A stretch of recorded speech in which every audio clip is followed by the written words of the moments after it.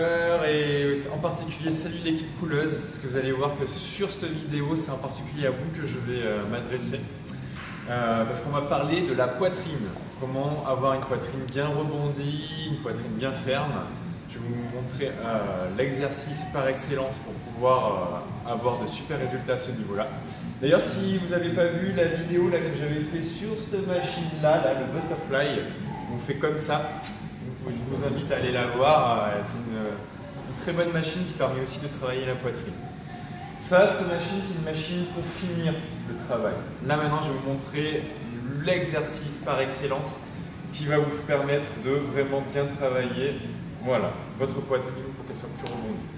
Donc déjà, pour commencer, il faut savoir comment c'est fichu une poitrine, enfin un sein. En fait, un sein, ça se rattache directement au grand pectoral. Donc c'est pour ça qu'il faut essayer de le développer un petit peu pour avoir de très bons résultats. Donc du coup, le meilleur exercice, donc je vous en parlais, c'est les pompes. On va essayer de voir un peu comment bien faire les pompes. Et ce que je vous encourage vraiment à faire avant de vous lancer directement dans cet exercice, c'est faire des échauffements.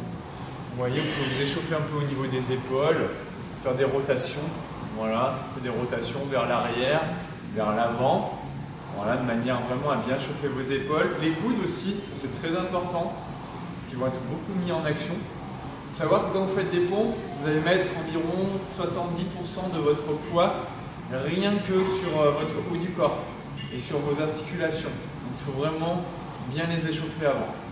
Un autre moyen, une fois que vous êtes bien échauffé au niveau des coudes, au niveau des épaules, vous pouvez aussi faire des pompes en plus facile. Alors si au début vous avez du mal sur l'exercice que je vais vous montrer, vous pouvez vraiment vous contenter que de ça. Mais ça peut vraiment vous servir pour un échauffement. Vous voyez, on est en incliné et ça permet de commencer à travailler un peu sur vos articulations, à bien échauffer. Voilà, donc vous avez cet exercice-là, ou alors vous avez aussi les pompes sur les genoux. Vous voyez, on se met comme ça. Je vais me mettre de profil pour que vous voyez un petit peu mieux. Donc, les mains bien sous les épaules, les jambes légèrement relevées.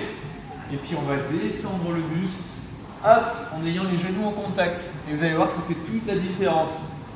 Quand on a les genoux en contact, c'est beaucoup moins difficile que le mouvement que je vais vous montrer tout à l'heure.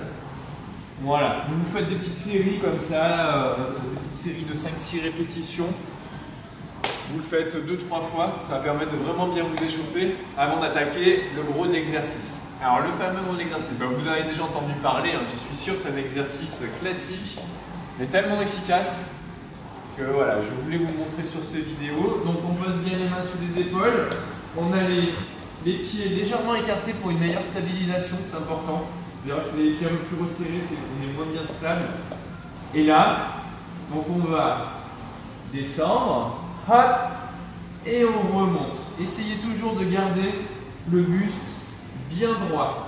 Il ne faut pas avoir les fesses trop relevées, il ne faut pas pousser avec son bassin. Il faut, tac, on garde le buste bien droit, on serre bien les abdos et on remonte. Ok? Donc il faut essayer de se le faire ça. Alors c'est pas évident, ça demande un petit entraînement.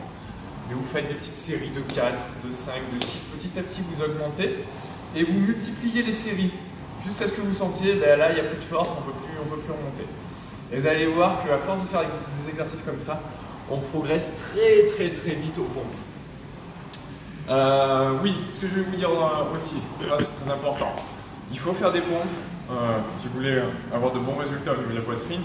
Après, attention à l'exercice excessif.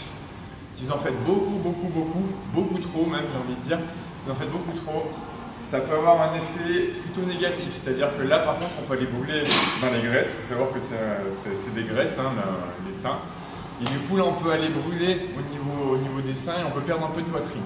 Donc un peu d'exercice mais pas non plus à l'excès. Okay, voilà, donc là vous avez vraiment, je pense, un très bon exercice pour pouvoir vraiment travailler la partie qu'on veut travailler. Pensez à regarder la vidéo aussi sur la machine si vous voulez. Vous allez voir un deuxième exercice pour encore vraiment bien travailler. Et puis on se retrouve dans une prochaine vidéo. Et puis d'ici là, je vous dis à bientôt et puis à la prochaine. Ciao!